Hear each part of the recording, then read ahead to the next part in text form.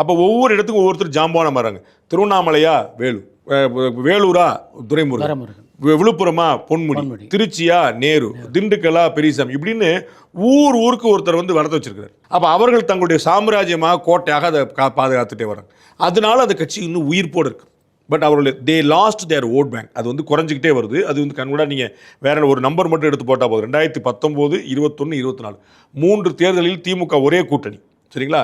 3 தேர்தலில் அவர் வாங்கிய ஓட்டு வந்து பார்த்தீங்கன்னா 3 தேர்தலையும் சராசரியாக குறைஞ்சிட்டே வந்துருக்கு. இப்போ பாட்டாளி மக்கள் கட்சியில் ஒரு பக்கம் ஐயா ராமதாஸ், இன்னொரு பக்கம் அன்புமணி ராமதாஸ். தேர்தலுக்கு முன்னாடியாவது இவங்க இணைய வாய்ப்பு இருக்கா? சேர்ந்தால் அவர்களுக்கு நல்லது, சேராவிட்டால் இருவருக்கும் வீழ்ச்சி. ஆல்ரெடி அவங்களுக்கு வந்து 5% ஓட்டை தாண்டினதே இல்லை.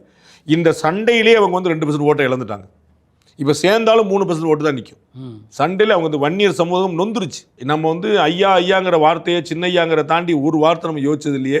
இப்படி ஃபார் நோ ரீசன் 2 பேருக்கும் என்ன கொள்கை சண்டை சொல்லுங்க, என்ன பிரச்சனை சொல்லுங்க, என்ன துரோகம் பண்றாரு? இவர் வந்து விடுதலை சிறுத்தைகளோட சேர்ந்துட்டாரா, அவர் வந்து ஏடிஎம் கூட சேர்ந்தாரா, டிஎம் கூட சேர்ந்து, என்ன நடந்துருச்சுன்னு சொல்லுங்க.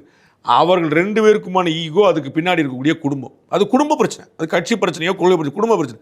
இந்த குடும்ப பிரச்சனைக்காக எந்த ஐயா குடும்பத்தை நான் முன்னிறுத்தவே மாட்டேன்னு சொன்னாரோ அந்த ஐயா குடும்பத்தை முன்னிறுத்தினால வரக்கூடிய ஒரு சண்டைங்கிறது வந்து வன்னிய சமுதாயம் அதிர்ச்சி அடைய வச்சிருச்சு. இப்போ அவங்க 2 பேர் வந்தாலுமே, தனியாக வந்தாலும் சரி, சேர்ந்து வந்தாலும் சரி, சேர்த்துக்கிற திமுக இல்லை அப்படின்றாங்களே. ஏடிஎம்கே அலையன்ஸ்க்கு தான் வருவாங்க. அவங்களுக்கு முதல் வாய்ப்பு அதுவாக தான் இருக்கும்.